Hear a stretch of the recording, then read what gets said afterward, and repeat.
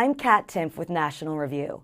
A former Time editor recently claimed that the United States needs a law banning hate speech and that President Trump might be in violation of it if there were one, because apparently he doesn't notice the irony of holding both of those views at once. Richard Stengel made his arguments in a Washington Post piece titled, "Why America Needs a Hate Speech Law."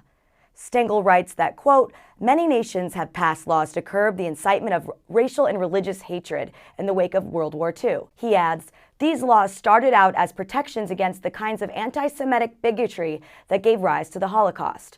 We call them hate speech laws, but there's no agreed upon definition of what hate speech actually is." It's interesting how Stengel actually does acknowledge the fact that there's no agreed upon definition, and yet he still wants laws banning it? This makes no sense. After all, when he calls for laws to ban hate speech, he is inherently giving the government the power to decide what would and would not qualify, the exact same government that is led by Donald Trump. Unless he thinks that the president and his congressional supporters would actually pass a law that they'd be in violation of, his argument for hate speech laws winds up being a pretty great argument against them. And maybe it's just me, but if I thought that the leader of my government was, literally Hitler or whatever, the last thing I'd want would be to give that person and their supporters control over my speech. Yes, the First Amendment gives us the right to be offensive with our speech.